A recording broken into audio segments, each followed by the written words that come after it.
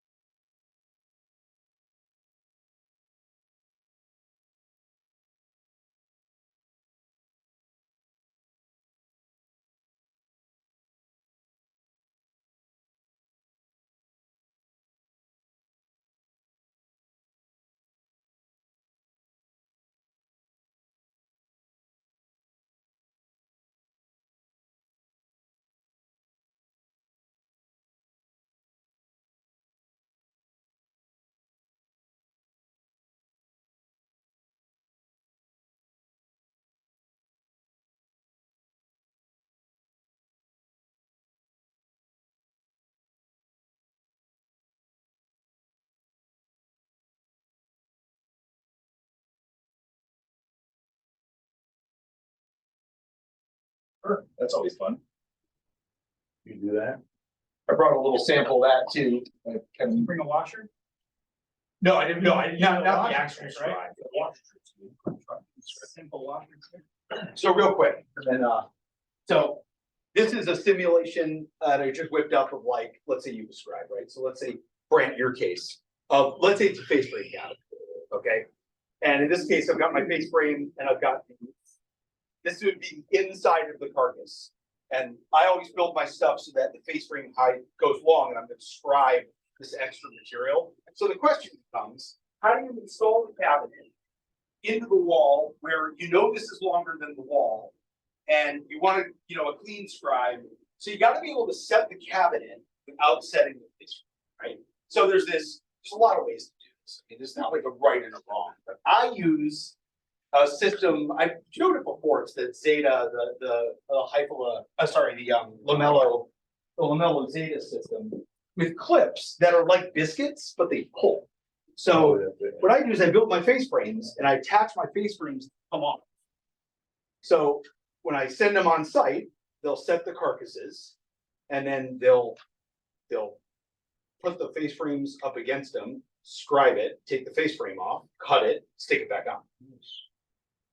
So it's kind of an easy, and again, they invented that for this application. And this isn't just face frames, it's that molding along the top that goes to the ceiling. You need to have a way to set it up there for the sake of marking the scribe, take it off, cut the scribe, and then stick it back on there.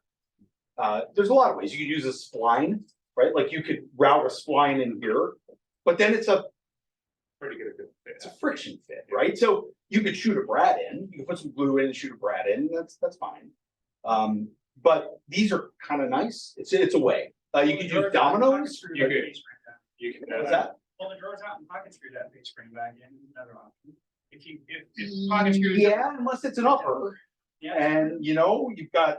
But But have drawers to hide that nasty. Right. Yeah. I'll pass this around and you kind of get a feel for it. And for those who haven't seen it, here, and this is the clip. It's like a biscuit, right? It's two parts, and you cut with a special biscuit cutter, and they go in. In fact, if you pop that off, you're welcome to take them out. But and this is the tool. It looks like a biscuit cutter, but it's a little different. So, You could probably tape super glue a block inside the cabin to get a clamp on it. To pull up the thing. I mean, yeah, I'm sure I'm not saying that's not the best, but if you really need to clamp it when it's in place, you can just run a piece of glue tape down. Glue tape, double and and peel it to a box, peel it off later. It will give you better than friction. It would. Yeah. So this is kind of a nice, like, semi-removable approach.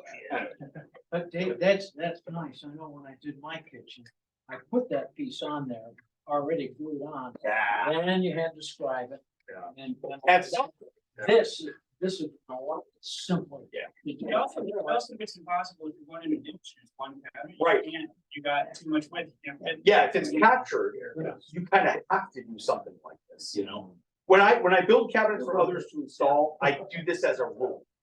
So that they can remove the face frames. Yeah. Set the boxes and then deal with the scribes, and it seems to go pretty well. If you just use a biscuit instead of plastic. The biscuit's not gonna pull, right? So you can, if you use a biscuit, glue, and a brad, sure. Okay. Because then the brad is gonna drive it in, right? But yeah, it's again, it's one way to do it. It happens to be a fast way. And you do that for the whole face frame of the last cabinet, basically, right? I do all my face frames are pre-assembled and they click onto the boxes. So even with, even if you don't have to scribe. Correct. Okay. Yeah. Okay. You also, because the finisher loves it. Yeah. So if somebody else is doing the finishing, I can ship them everything flat and say, go ahead and spray this stuff and come back and snap them on. They don't have to tape off boxes and stuff like that. Anyway, the lamellas are there. I'm sure that, Stairs. stairs. Yeah, scribing stairs. Oh, that's fine. Yeah. Yeah. Treads. Yeah, you're talking stairs and that, Yeah, that sucked. what do you do?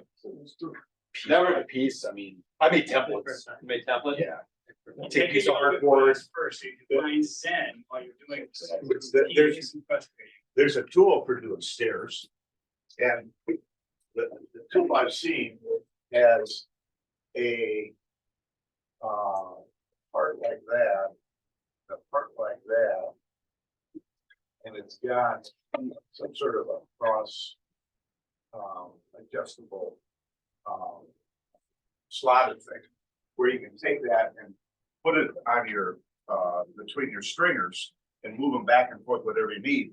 Take it over to your piece, cut it, and in theory, Are you set for putting a tread in? for putting a tread in. Oh, you can do that easily. I mean, you can make that just by taking a piece of, you know, like a plywood, the 3-inch wide plywood strip, and then Oh, yeah, just put little angles on it. You can do the same thing. exactly. There are lots of, you can buy a woodchuck for like $1 billion. Just to do that, it's something you can do Right. without plywood.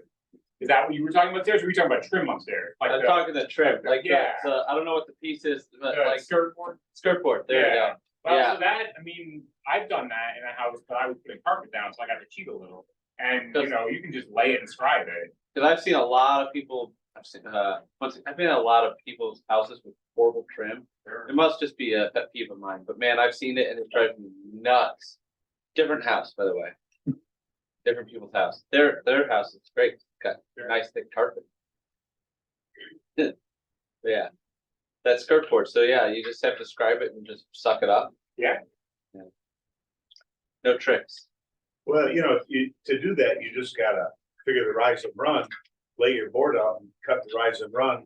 And that piece, in theory, will fit right down on each tread and each rise. Especially, but you're Not saying, in your friend's house. no, I'm saying like, you're saying if it's built well. Yeah. Yeah, what if the stairs are very poorly constructed? Well, then you do a rough cut, lay it in there, scribe it, cut it, scribe it, cut it. Iterative. Yeah. Back and forth. And just, once again, find them. Yeah. Mine's in, cut it 1/4 inch shy and then buy a lot of quarter round. There you go. Cut off the last 3/4 inches.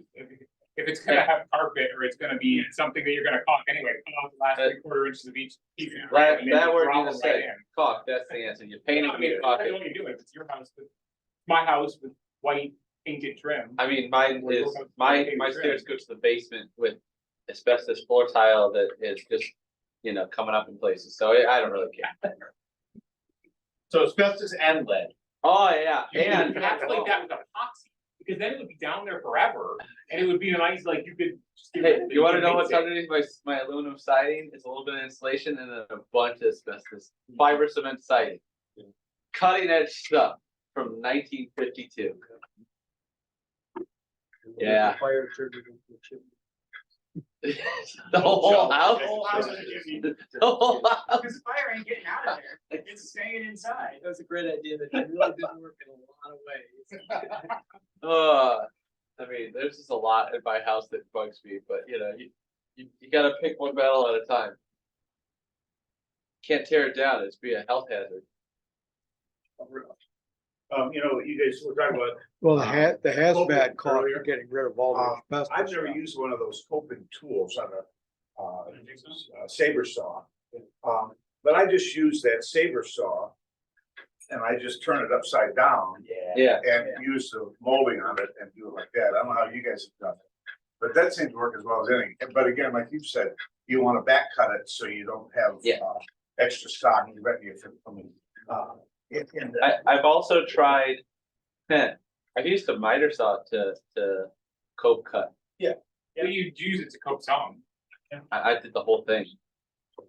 You just get good at moving the blade down as you're sliding the thing back and forth. That sounds terrible. Yeah. What's it gonna do? It's gonna not gonna kick any. yeah, it was like a 12-foot piece of wood. It's like gonna be like Something. I've seen guys do Guys will that, move up extend it down to table saw, they'll set their height and just. yeah, I've seen people do it on a tabletop too. It worked really well, honestly. It's better, more like a ball. Yeah, you still use it upside down. Does anybody enjoy running molding and actually like doing this? Oh, that's the fun. Oh, God. Man. I think it is rewarding because the finished product looks good. Looks amazing. I liked it when I was in my 20s. I definitely don't like it anymore, getting up and down is too much workout now. So, and I've got another pointer to give you for doing, let's say you have a crown in your house, all right? So you got a room like that. And you're gonna put crown on all 4 of those walls. So the first piece you're gonna put on, and you guys probably know this, or maybe start with a square end here. And a square end here, and then cope the first one into it, right? And then you go around the next one. So this is gonna be a square one, and a square one here, and this will be coped here. So you have a cope here. And then, your next one, square here, coping end. all the way. Then you don't cope on both ends of the board. Well, yeah, you wanna avoid that, that's Yeah. a real pain. So what you do, the first piece you put in, take a little scrap, and put a square one in, put it up here. Coat that first piece to it. And then cut this end square down here. But don't nail that end, let's do that top of it, and then run your, crown the rest of the way around, and when you get to that last end, it'll slip right in. And then I'll fit. So you're coping on every corner. Instead of doing the trick where one of them is run full and then dealing with a double coat at another end. You don't wanna do a double coat on that Right. last, Right, got it. and you. like- Yeah, got it. Initially. That's smart. Yeah, that's smart. And especially if it's a stained finish. I had one like that one time, I don't wanna do it that way again. I have a piece of crown that has been eluding me for 5 years. Because I tried coping that thing about 8 times and it beat me 7 of them. I'll tell you, the way I did I it. got it on the 8th one, but now I'm afraid something. Yeah, now you leave it alone, you don't try your luck again, right? Yeah. Go another 10 years for the lottery to hit. I did the stupid thing, the first time it was the first time I ever did crown, I had 3 walls. But I was terrified of the miters in the corners, and I, like an idiot, thought, oh, I'll just cut perfect miters and put them up there, and then I'll scarf into them. You can see the scarf, the miters look fantastic, but a foot and a half later, you got this freaking scarf, and I'm like, well, new owner problems now. I get to throw that to the new owner now. Copes are more forgiving than miters, than inside miters. Oh, inside, right, you don't want, cause you nail it and it blows smart on that, so you definitely want to cope it. Definitely want to cope it. Am I the only one who's cut a miter backwards on a piece of wood? Today? Me today? The last hour and a half, 5 times in a row, yes, I got something. I cut it 3 times, and it's still too short. I have a compound molding of mahogany that I built up for a fancy bookcase. And I measured it really carefully and I cut it perfectly. Wrong You really need much more material than you. Right, it just, and Well, I did that time. yeah. You have to buy board stretching material. Yeah.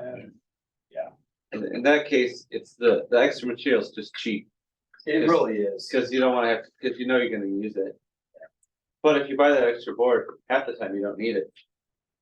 Yeah, but I make a lot of moldings to match existing moldings, and when you're set up to run molding that you know is gonna be, you've gotta run more. 'Cause getting back to that same exact setup. Yeah, Yeah. and you just give it, if you're, especially if it's like someone else's inside, Right. like, Yeah, just throw it give in it the, extra, throw it in the attic, Here's another 20. add it to the cost, you know?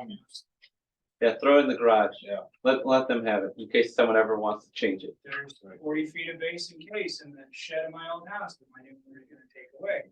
I didn't wanna let go of that cherry, but what am I gonna do with that profile? For 20 feet of it, what am I gonna do with that?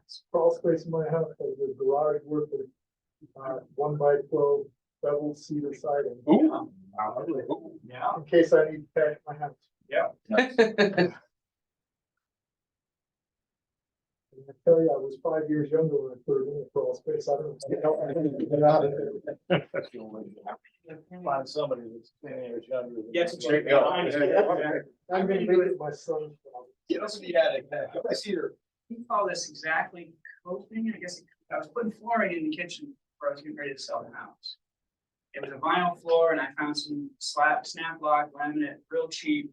I didn't care, I'm selling the house, but I didn't want to put all the case front doors.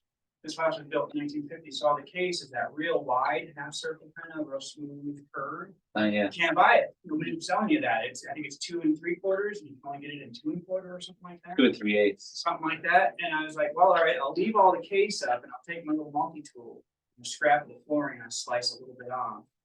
And that did okay, till I got to the other side of the room and I had to tip the snap block in. And I hope they don't mind, but there's no snap block on that side. I just cut that off to slip it under. That was the only way I was gonna get. Oh, under yeah, there. What you do, right? I was like, I hope it doesn't move before somebody owns it and I have my money, because that's just gonna leave a gap, there's nothing. And then I religiously put corner round on everything, because I just wasn't gonna mess with. You know, I had to put all the new baseboards in anyway, I was already mad about that. Corner around it, We did the kitchen floor, my house with the snap. And boy, it looks easy in the store. yeah. It looks so, you know, I mean, Oh, this yes. is This. basic. You didn't- Yeah. They don't tell you there's a 32nd of an inch that'll take you 10 years to get set just right before you set it down. Well, and then after getting up and down, you know, I mean, yeah, that, oh my The goodness. older I get, the further the floor gets.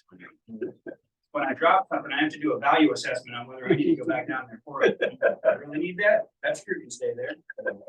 As a result in medicine, orthopedists make terrible woodworkers, because they just get it close and they figure it'll heal the rest of the way.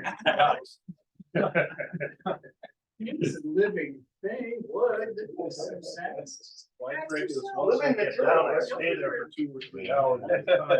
Make sure everything's already down there and everything. That's smart. I heard about, had a Navy friend, he said, if you drop something, drop another one and watch for it. Drop physics, you see where that one drops and you'll know where to go. before the one that goes there first. And I found when you drop a wing nut, they don't go the same direction. You just end it from on the floor. The butterfly. Yeah.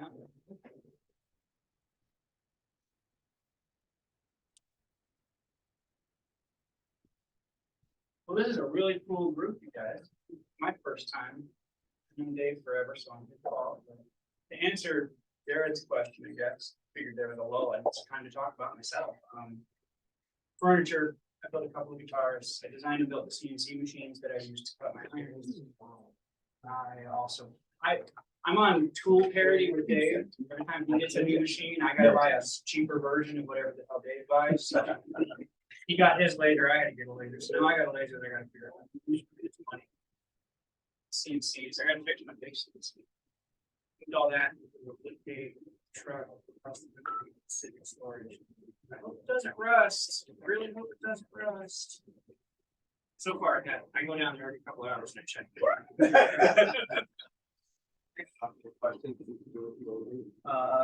So I'm gonna get a high-end sander and a dust extractor, so should I go Merca zeros or should I go Best Tool? There's a 3M one. I know. I have the 3-in-1, pretty good. 3M one? Yeah, it's pretty good. Doesn't have a break, I don't know. I have the 3M. I love it. I had a mosquito before that, it's hands down. So I have a Festool 5-inch. It's the Pro 5, which they offered for, I think it was like less than a month. Cause they sold too well. It was $100 sander. It's just a promo. It was, Because it's the ETS 1.5. It's just a promo. it was a promo. Yeah. It had a free, like $100 off some of it. Yeah, so I bought one. Yeah, and it's pretty good. And I think, I don't know, I think the 3-in-1's a little bit better versus that one at that time. Whatever. Yeah, That's the tall one. I'm gonna get the. ETS, EC. yeah. This I said, I have the system. Yeah, I get it. Do you wanna try them out before you buy it? If you got them both. I don't have the 3M, Okay. but I have, He's got the 3M. yeah, so, but if you want to try the So I do Mercas, use the Merca a lot, because a lot of people say the paddle's kind of funny to get used to. the Merca I find it works fine, the paddle. it is my Any problem favorite with it at all. sander by a long shot. And you like it better than the Festool? Make sure you have a good dust extractor, whatever it is. Well, that's- But I the think sander will it's- stop you you. don't- You don't have a you good don't- dust extractor. It has to be able. I don't know if you Power need the down. matching.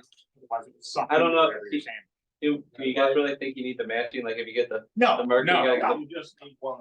Yes, I have you a do, Fest- because it will bother you for the rest of your life. Yeah. And you'll be the kind of person that buys the other brand. If your You can't do friends- that. if your friends And the hoses don't.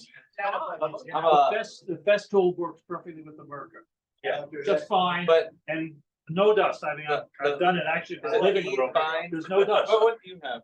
What's your vacuum? I got that fine. Yeah, Either way. Aaron, Any there's also the fine, which people like as well. So I got a 20-year-old fine, Yeah, or a you- 22-year-old fine, it's great, but it's nice. Yeah, Aren't they HEPA now? Wear a mask anyway, you know? You know, I do, but.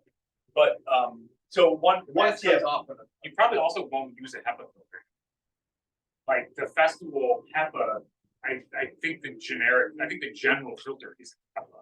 I think that they just are HEPA compliant. Everything I read online. I don't think that's right. I mean, I have it, maybe it is, but I think that at least in the festival, they have multiple filters. And so just make sure that if you're buying a HEPA and aware that it's HEPA, you're actually using the HEPA filter. I sent an email, but I can see it from company. It should all be yes. Oh, yeah, there it is. So if you look at what gets done into your lungs, it's half a micron. So one quick tip for these 5 and 6 inch samples. The Good balance job on that. the pads are really expensive, the Velcro pads, right? Okay. And the thing with these sanders is the harder you push down, the more vacuum you're pulling. If there's too much pressure, you get heat and it destroys the Velcro. Right. So they make interface pads, which are little thin Velcro discs, with the holes in them. Hook on one side, loop on the other, just use them. Yeah. Because it will save your $60 Okay. pads. You can even get. And I a had that on my, PVC. 3 of 1. Yeah, they're fantastic. Merca sells them. I use them on my festivals, use them on my Mercas.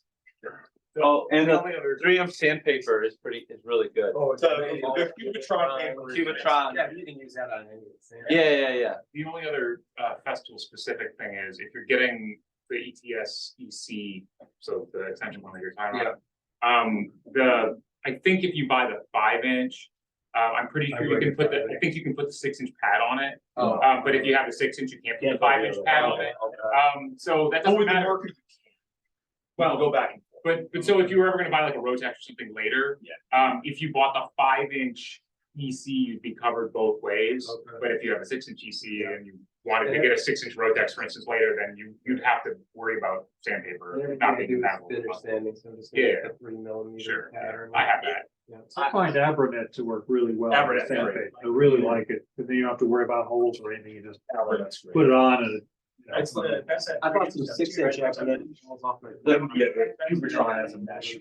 There's multiple brands. Yeah, you use the Merca. Put it on.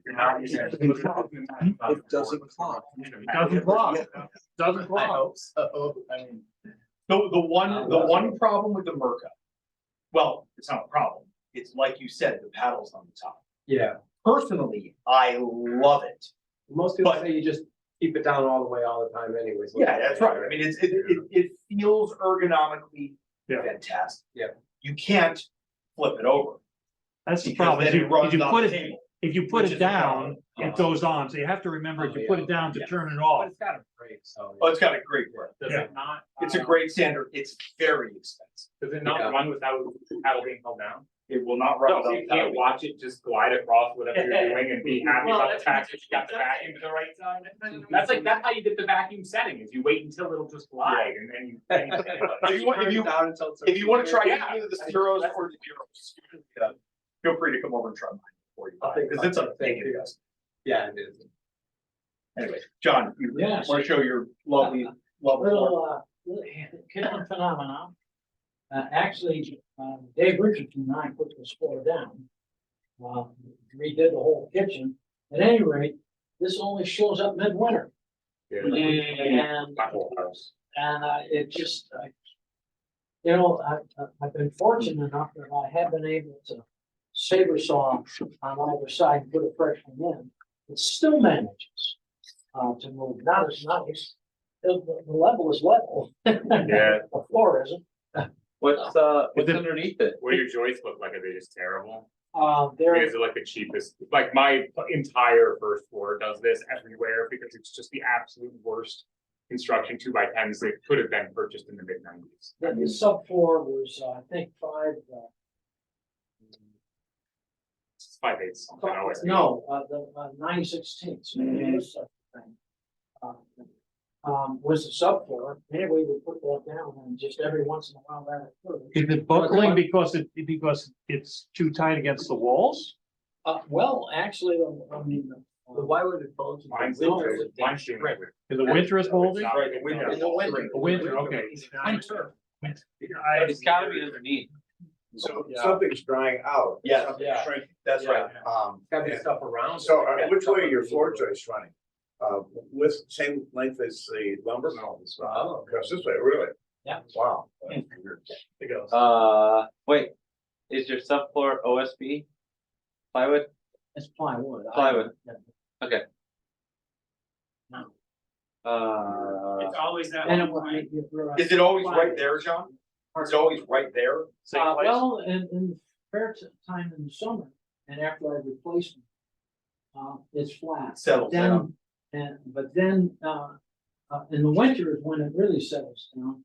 In the summer, when it doesn't, I'm just assuming that has to do humidity, wood expands, and that's what's causing it. What's directly under there? The joist directly under there? Like if you, so you say you pull this out every year, right? I mean, So when you pull yeah, this out, anywhere- can you anywhere run along a, there, can anywhere you along run 1,000 screws down into all of the joists or put some blocking in between the joists in the basement and then screw that down in there and see if you can't hold it down? Use a lot You of. can put some, you can put some blocking between the two, whatever joists are around there, because they're probably joisted. I was gonna say, put a lot of nails. But you in think it. the joists are running across there? This way.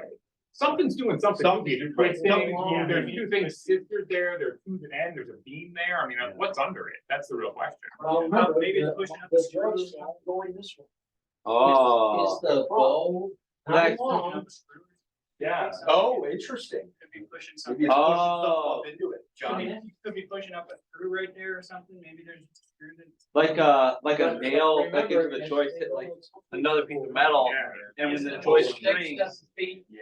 It's 6 or 7 feet. Of winter time. Is You it? have to The stand winter around. time, it's just. You gotta come winter time. So stand the It is- floors. Yeah. And then find out summertime, it'll be. So it is in the summer that it's doing this. It is in the summer, right? Right. Oh, Okay. so that's back from the nice day. It's swelling and it's just hitting the side wall. Probably hitting the edge. Is it Yeah, that's tongue and what- groove? Is it tongue and groove and nailed down, or is it floating? It was tongue and groove and nailed down. Your joist sitting on a steel beam? Yeah. Say again? floor joist sitting on a steel beam? The joists run the same way as the level. Right, but where What's below it? What's supporting the joist? Is it clear span? Clear span from foundation wall? Or you got a lollipop? Well, right they there? run from, the outside, cellar wall to a large I-beam going Yeah. across, Right. and then on the other Where's the side. acting at related to that? Yeah. Yeah, where's the Oh, the I-beam is probably, I'm gonna guess, maybe 3-4 feet in this direction. Is that wall sitting on it? Roughly the same as the outside wall. Is that wall right there sitting on it? On the I-beam? That, this Yeah, wall that's- is probably, is that wall sitting on the I-beam? Uh, Is that, I mean, that, don't know, maybe. because if it's load bearing for a second floor, that, because it could be that close. At any rate, it's a nuisance. And, Yeah. Yeah. Oh, yeah. Definitely. And you feel it. And like I Is it out said, a yeah. quarter on the right? I mean, is that, Say again. is it out a quarter there? Is that, is it more than a quarter? Is that a lot? It's out of a lot. Yeah. John, if you stand on that, put your weight on it, will it flex? Nope. No. So, just, you know. So what I've been doing is, saw, cut it out. If I get annoyed enough, I got extra wood Right. up in the attic that I've saved. Yeah. And put it down and put that in. But then sometimes it doesn't do this kind of thing. This might end up pitching like this. So it's twisted And, out. so there's movement there. When you put it down, Almost- have you thought about gluing it? Say again? Have you thought about gluing it down when you patch it? It's not gonna stop. It won't stop You it. know what I mean? So it'll change where it'll be, I guess. Is that piece of flooring above the subfloor there? Is it Yeah, it being is. held up by the tongue and groove? So you're saying there's a gap of a quarter inch or 3/8 or whatever under that above the subfloor? It's just Between it and the subfloor? between it and the subfloor. Oh, this, it's right down on the side. Okay, so Even in this scenario, In this subfloor scenario, is it's off the subfloor. Well, that's a good question. Because I if don't you're, know. I would imagine know. the subfloor is pushed off here. I also wonder. Yeah. He said that it twists, so I also wonder if there's a seam in the subfloor right there that's also maybe. Or crack in the Or maybe plywood. that subfloor is not secure. Yeah, it's not. Right. And what's happening is the subfloor. The subfloor is doing a Subfloor and. the soil. tectonic plate, you got a tectonic plate. Because You got a subduction happening here. Well, that's a good point. That- We're gonna call this. Volcano. This flooring may not be the thing. Like that's the swelling. Appalachian? Yeah, That's what I'm thinking. I gotta figure out at what level is it actually raising? So it might be that if you take this off, and you can see whether or not the subfloor is buckling there. Yeah, that's, I think Is, important. is downstairs finished? Yeah, you finished, can you see the subfloor? Your basement? The underside. Oh, yeah. Well, then you should go down there and look. I'll see if it's not- look, see if you got it, yeah. You can see, you'll be able to see. Then you have the same problem from below. Yeah. Because Joe might be right, and if in fact, the subfloor is fighting itself, then you can trim it off, Yeah. right? yeah. It's just big relief cut. Yeah. You know what I mean? If there's like a. If it's fighting There's a itself. joint in the subfloor, you can just cut one. Just cut a curve. Perfect, Right and I'll through take there care of and then make sure to re-fix it. Yeah, By the blade, you don't hear. Because that it. subfloor, the instructions are, believe about an 1/8 inch gap. As they ran them tight.